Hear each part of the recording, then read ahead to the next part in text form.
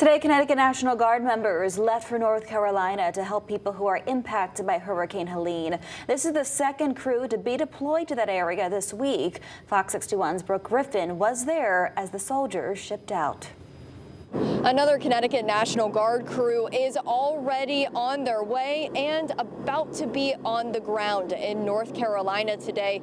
This is so they can help Hurricane Helene victims. They say that they're going to get down there and just use every effort they can to help those who are still struggling. Hurricane Helene has already claimed more than 200 lives, many of them in western North Carolina.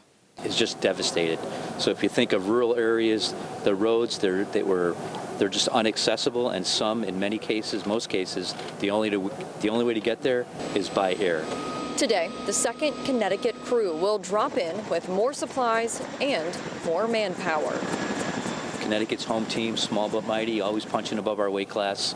This crew of 16 Guard members, divided into 2 air teams, will stage in a town near Charlotte, spending hours loading up supplies to take over to the mountains, also rescuing those who are still stranded, all while facing mission complications. All the infrastructure is gone, roads washed out, bridges buried under dirt and debris.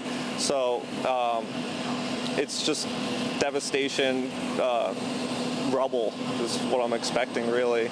Guard leaders say this group will be working long hours on tough assignments, but it's what they joined for. But this is really neighbors helping neighbors, and that's what our members joined for, to serve, right? That this selfless service we talk about. And that crew says right now they are expecting to come home next Friday, but depending on the impact and just the amount of devastation and the help that's still needed, they say they could potentially stay longer. We'll of course follow up on that as this crew goes through their mission. In Windsor Locks, Brooke Griffin, Fox 61, Connecticut's news station.